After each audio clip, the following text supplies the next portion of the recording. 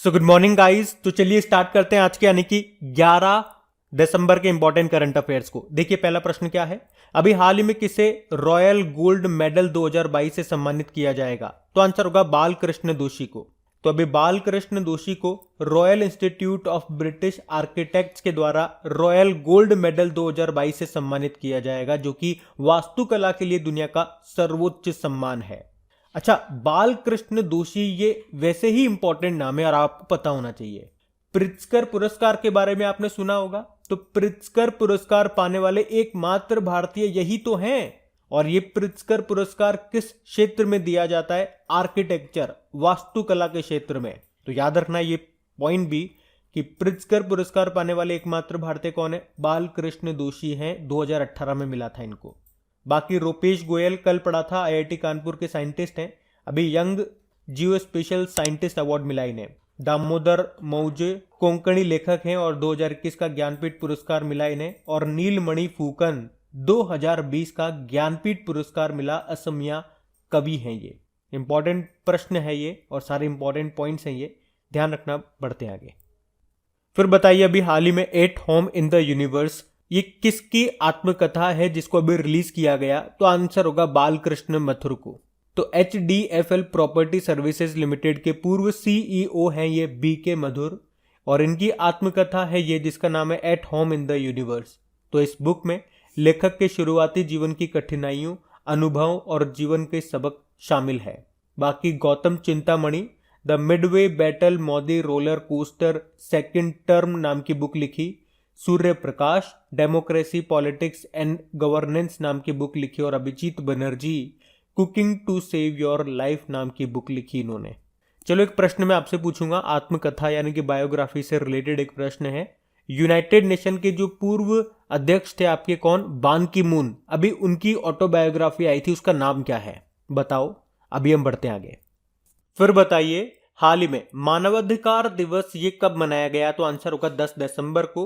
तो विश्व भर में हर साल 10 दिसंबर को ह्यूमन राइट्स डे के रूप में मनाया जाता है। और इस बार इसकी थीम क्या रही? समानता, असमानताओं को कम करना, मानव अधिकारों को आगे बढ़ाना। इंग्लिश में बोलेंगे तो reducing inequalities and advancing human rights. और अगर आपसे पूछा जाए कि राष्ट्रीय मानवाधिकार की स्थापना किस अधिनियम से हुई थी, तो 1993 के अधिनियम से, 1993। अच्छा बताओ, वर्तमान में राष्ट्रीय मानवाधिकार आयोग नेशनल ह्यूमन राइट कमीशन के अध्यक्ष कौन है? अरुण मिश्रा हैं। अब ये तो हो गया मानवाधिकार दिवस। एक होता है विश्व मानवतावादी दिवस, इंग्लिश में बोलेंगे उसे वर्ल्ड ह्यूमैनिटेरियन डे, वो मनाया जाता है 19 अगस्त को। बाकी दिसंबर में कौन कौन से दिन मनाए हमने? 1 दिसंबर को वर्ल्ड एड्स डे मनाया था। 1 दिसंबर को नागालैंड ने अपना 59th एस्टेब्लिशमेंट डे, स्थापना दिवस मनाया। और 1 दिसंबर को ही BSF ने अपना 57वां स्थापना दिवस मनाया। BSF के नए डायरेक्टर जनरल का नाम भी याद रखो, पंकज कुमार सिंह। 2 दिसंबर को नेशनल पॉल्यूशन कंट्रोल डे मनाया, राष्ट्रीय प्रदूषण नियंत्रण दिवस। 2 दिसंबर को ही अंतरराष्ट्रीय दास प्रथा उन्मूलन दिवस मनाया गया। 2 दिसंबर को ही विश्व कंप्यूटर साक्षरता दिवस मनाया। 3 दिसंबर को विश्व विकलांग दिवस, वर्ल्ड हैंडीकैप डे मनाया। 4 दिसंबर को भारतीय नौसेना दिवस मनाया। 4 दिसंबर को इंटरनेशनल डे ऑफ बैंक्स, अंतरराष्ट्रीय बैंक दिवस मनाया। 5 दिसंबर को वर्ल्ड सॉइल डे, मृदा दिवस मनाया। 6 दिसंबर को भारत और बांग्लादेश ने मैत्री दिवस के रूप में मनाया। 7 दिसंबर को अंतरराष्ट्रीय नागरिक उड्डयन दिवस, इंटरनेशनल सिविल एविएशन डे मनाया। और 7 दिसंबर को ही राष्ट्रीय सशस्त्र सेना झंडा दिवस, national armed force flag day के रूप में मनाया। और 9 दिसंबर को अभी अंतरराष्ट्रीय भ्रष्टाचार विरोधी दिवस के रूप में मनाया गया। तो ये ध्यान रखना आप। बढ़ते आगे। चलिए बताइए, अभी हाल ही में किस राज्य में institute of driving and traffic research का उद्घाटन किया गया? तो आंसर होगा छत्तीसगढ़ में। तो अभी छत्तीसगढ़ के जो मुख्यमंत्री हैं भूपेश बघेल, उन्होंने छत्तीसगढ़ के पहले institute of driving and traffic research का उद्घाटन किया।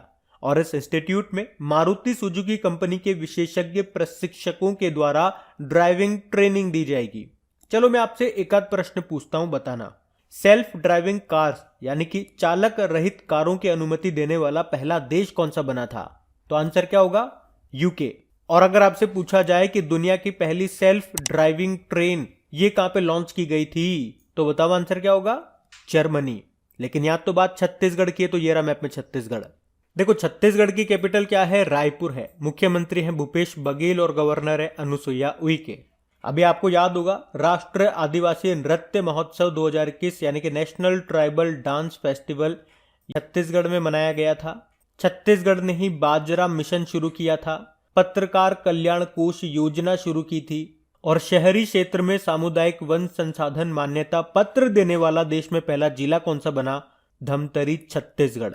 छत्तीसगढ़ के पहले मुख्यमंत्री थे अजीत जोगी जिनका भी निधन हो गया। उसके अलावा मनरेगा के तहत छत्तीसगढ़ राज्य रोजगार प्रदान करने के मामले में देश में पहले स्थान पर रहा। भारत का पहला एथेनॉल प्लांट की स्थापना कहां पे की जाएगी, छत्तीसगढ़ में। देखो छत्तीसगढ़ में आपको इंद्रावती नेशनल पार्क मिलेगा, किंगर वैली नेशनल पार्क मिलेगा और गुरु घासीदास नेशनल पार्क मिलेगा, जो कि अभी छत्तीसगढ़ का चौथा टाइगर रिजर्व भी बन गया है।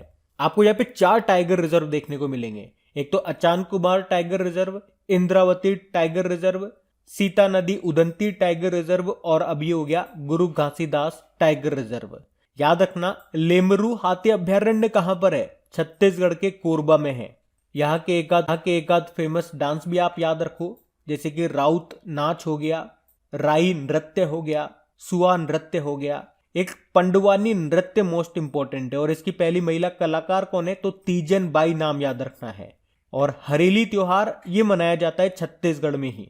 इसी से मिलता जुलता होता है हरेला उत्सव जो कि मनाया जाता है उत्तराखंड में। तो ये सारे पॉइंट ध्यान रखना। बढ़ते हैं आगे। फिर बताइए अभी हाल ही में सुरेश जाधव का निधन हो गया। ये किस संस्थान के एग्जीक्यूटिव डायरेक्टर थे, तो आंसर होगा सीरम इंस्टीट्यूट ऑफ इंडिया। तो सीरम इंस्टीट्यूट ऑफ इंडिया इसके एग्जीक्यूटिव डायरेक्टर थे ये सुरेश जाधव, जिनका भी निधन हो गया। इन्होंने कोविशील्ड वैक्सीन के विकास में महत्वपूर्ण भूमिका निभाई थी। सीरम इंस्टीट्यूट ऑफ इंडिया ये दुनिया का सबसे बड़ा वैक्सीन निर्माता है। अच्छा, सीरम इंस्टीट्यूट ऑफ इंडिया के संस्थापक कौन है, साइरस पूनावाला है। और याद रखना उन्हें मिलेगा 2021 का लोकमान्य तिलक पुरस्कार।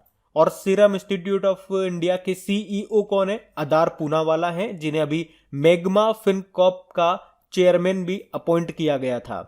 उसके अलावा अदार पूनावाला से आपको याद आएगा फॉर्च्यून की वर्ल्ड्स 50 ग्रेटेस्ट लीडर्स 2021 की सूची आई थी। उसमें पहले स्थान पे न्यूजीलैंड की प्रधानमंत्री जेसिंडा अर्डन रही थी और टॉप 10 में एकमात्र भारतीय थे अदार पूनावाला, 10वें स्थान पर थे ये। तो इनका नाम भी ध्यान रखना। पढ़ते आगे। फिर बताइए अभी हाल ही में किसने ई सवारी इंडिया इलेक्ट्रिक बस कोएलिशन को शुरू किया, तो आंसर होगा नीति आयोग ने। यहां ई का मतलब क्या हो गया, इलेक्ट्रिक। तो सीधी सी बात है इलेक्ट्रिक बस चलाई जाएगी। उद्देश्य क्या होगा, प्रदूषण को कम करना।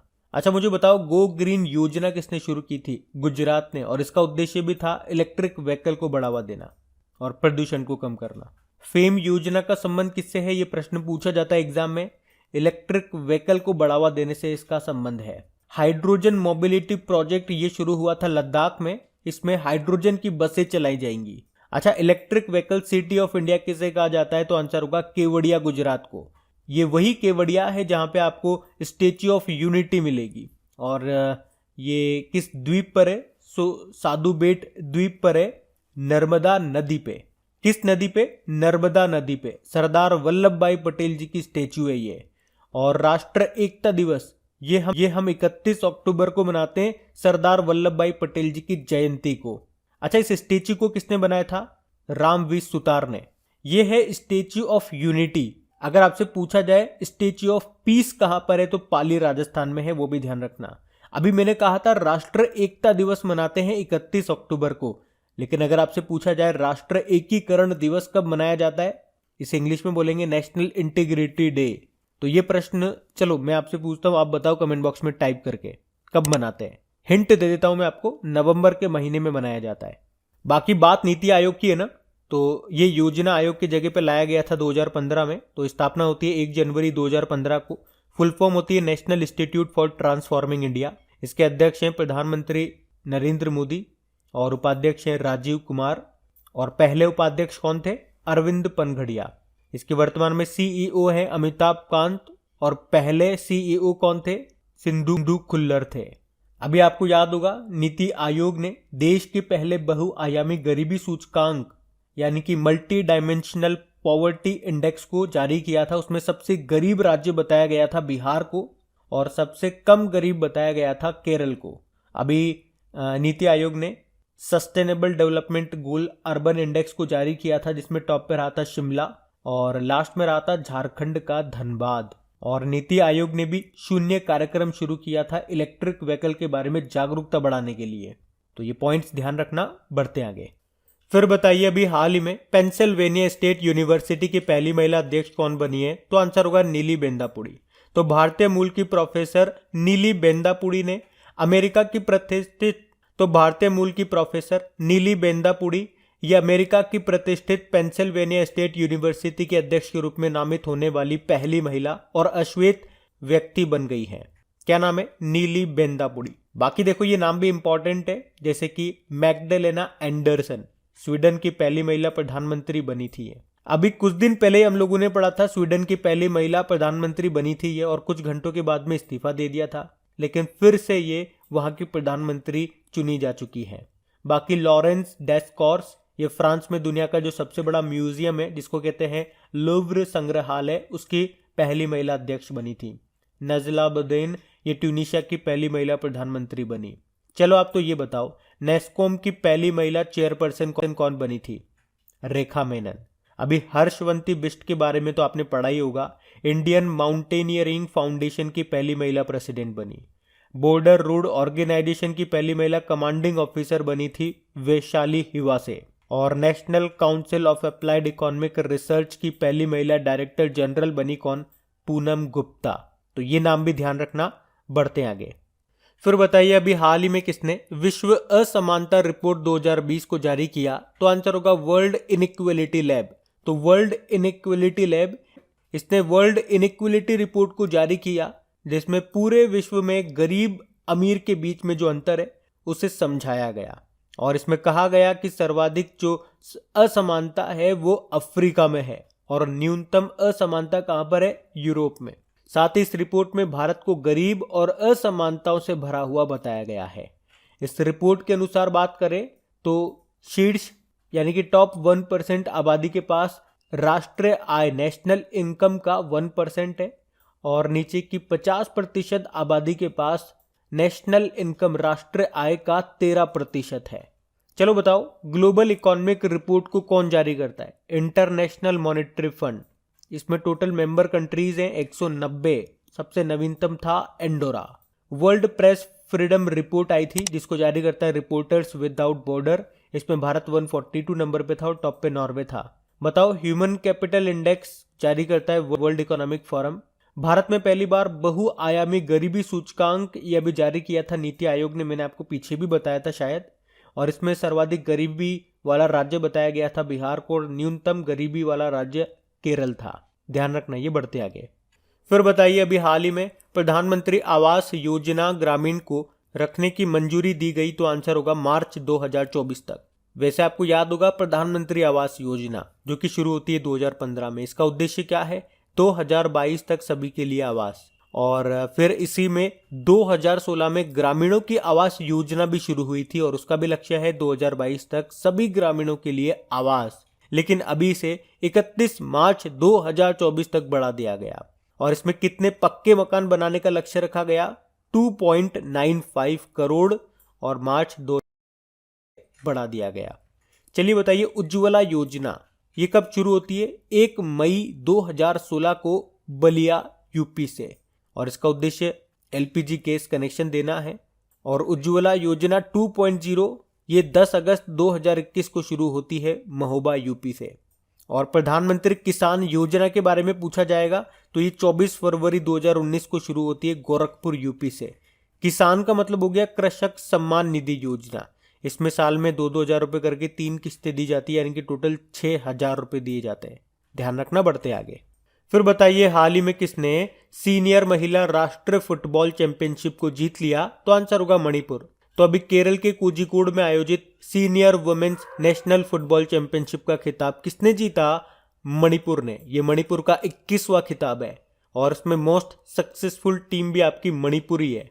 21 बार जीत चुकी है ये। कहाँ पे हुआ था? ये अभी केरल में हुआ था। अच्छा, आप तो ये बताओ, 2022 में जो FIFA under 17 women's world cup होगा कहाँ पे होगा? भारत में होगा।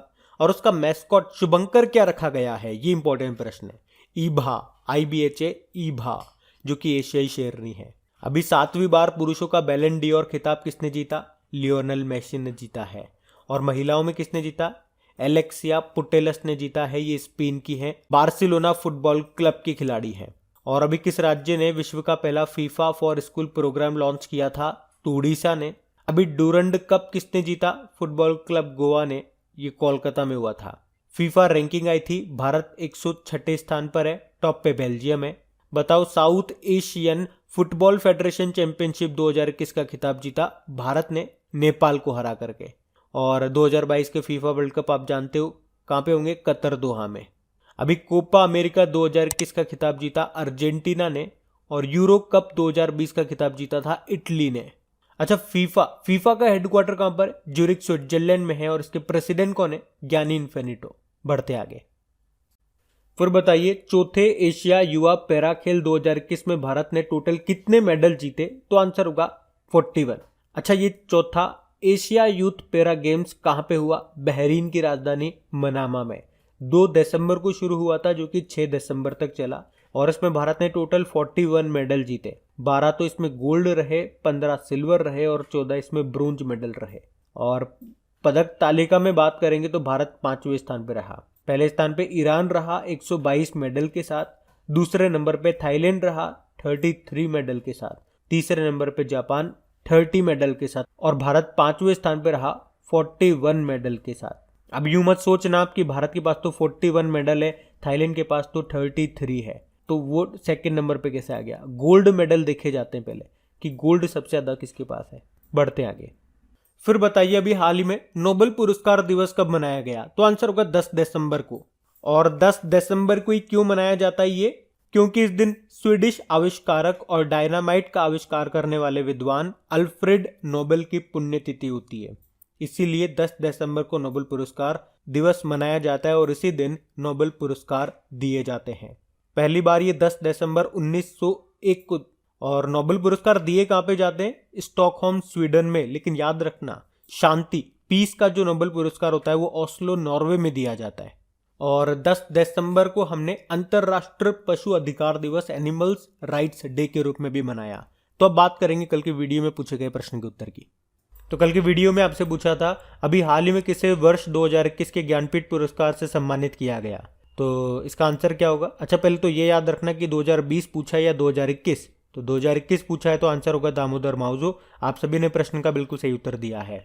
और गाइज, अगर सेशन अच्छा लगा है तो इसे लाइक करके दोस्तों के साथ में शेयर जरूर करना। मतलब जो भी आपका स्टडी ग्रुप हो गया व्हाट्सएप पे या फेसबुक पे, अपने दोस्तों के साथ में, भाई बंधुओं के साथ में वीडियो की लिंक को एक बार शेयर जरूर कर देना। और अगर आप में से कोई इस वीडियो को वेरी फर्स्ट टाइम देख रहे हैं तो आपको बता दूं, इन सभी क्वेश्चंस का क्विज बना करके आपकी क्रैक एग्जाम एप्लीकेशन पे अपलोड कर दिया गया, ताकि आप अच्छे से इसकी टेस्ट लगा सकें, रिवीजन कर सकें। जब भी आपको टाइम मिले टेस्ट लगाते रहो। इसका PDF भी आपको वहां पे मिल जाएगा। क्रैक एग्जाम एप्लीकेशन का लिंक आपको नीचे डिस्क्रिप्शन में मिलेगा। और टेलीग्राम यूज करते हो तो वहां पे भी मुझे ज्वाइन कर सकते हो, उसका लिंक भी आपको नीचे डिस्क्रिप्शन में मिल जाएगा। उसका फायदा क्या है, जब भी कोई वीडियो या ऑडियो अपलोड होगा उसका नोटिफिकेशन आपको वहां पे मिल जाया करेगा। तो ये रहा आपका आज का होमवर्क प्रश्न। Thank you.